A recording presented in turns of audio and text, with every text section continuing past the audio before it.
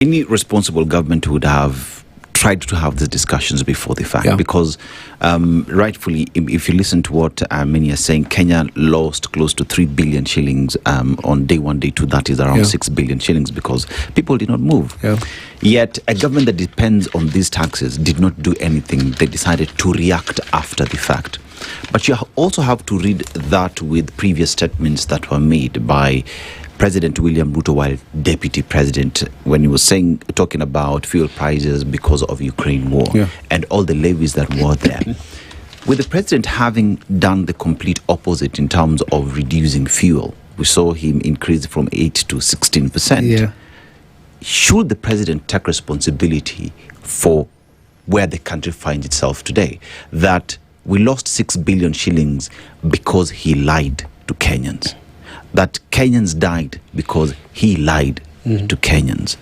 That we have children who did not go to school because he lied to Kenyans. Can he be removed from this conversation? No, he cannot be removed. Actually, the backstops of the president, he's the one who actually promised cheaper fuel prices. He promised that as a country, we're going to diversify and have electric vehicles so that you don't rely on fuel. That was Indeed, it was said, And then he promised in his UDA manifesto a rail transit system in the entire Nairobi, which he has not built.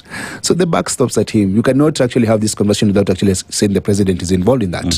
And then he got us into a deal called G2G. And we agreed we're going to buy fuel at a flat price.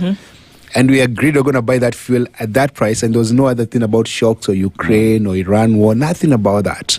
And then, so when the price was low, we were paying much, much higher because we had a deal with we had a deal with people to provide us with fuel. However, when the war came, the price rose. But we're like, when the fuel was cheaper, Kenya was paying higher price than the entire region. And even right now, Kenya is paying higher price for that fuel that comes through Kenya. The one that goes to Uganda, Sudan, passes through this country. Then they tell us, those countries don't have fuel. So these guys trying to maximize money from that. But there's also another possibility that the government of this country, led by Ruto, are charging fuel at a very higher price so they can collect money for campaigning. Because they're saying that between every 30 to 50 bob is going to Ruto's pockets. Because who's saying, Bonnie? Who's saying? It's been alleged by the people who are in the know. Because of Starbucks. He owns Starbucks. And they have more, they're supplying fuel. And he has, I think he's the second or third biggest fuel supply in this country.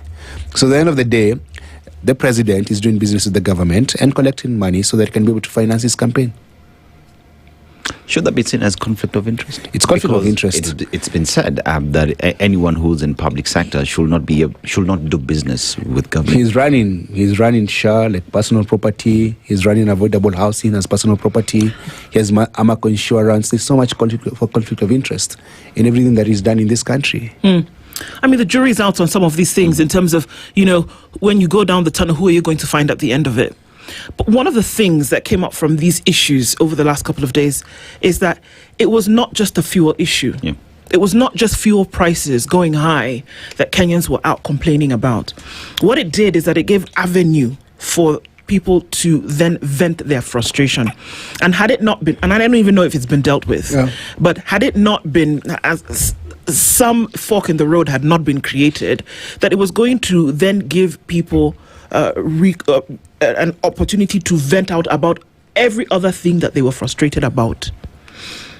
And one of those things is how people are being treated, at what cost. And you mentioned something about this. And I said this morning that the resilience of Kenyans is playing out here. And that the real heart of Kenyans is playing out, especially when you see that Kenyans go to where an OCS is being held and they say, excuse me, release this man, who for the longest time, one of the CSs has told us that Kenyans hate police and that police should actually be ready to shoot Kenyans if they move outside of a police station. Now, yesterday and the day before, we saw Kenyans go to fight for an OCS and say that because he released people who, for there was no evidence charge that would be leveled against them, let them go. And because of that, he was then detained. Kenyans came out and said, this is the impunity that we are talking about that raises fuel prices.